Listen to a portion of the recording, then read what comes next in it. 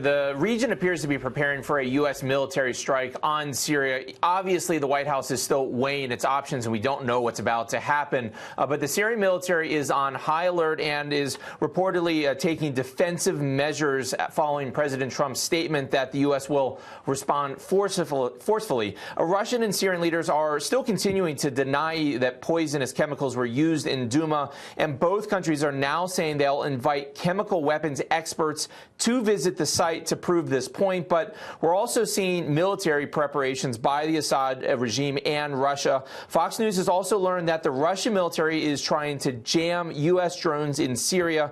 This could have a really big impact on how the U.S. responds to this weekend's chemical weapons attack.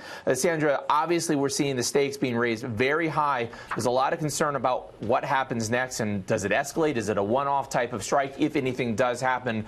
This is a region very much on edge right now. Conor, how likely is it that chemical weapons experts will be allowed into Douma?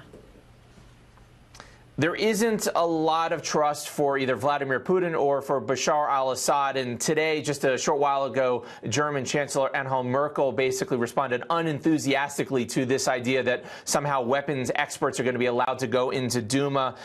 She said that the evidence is very clear already that chemical weapons were used in Douma this weekend.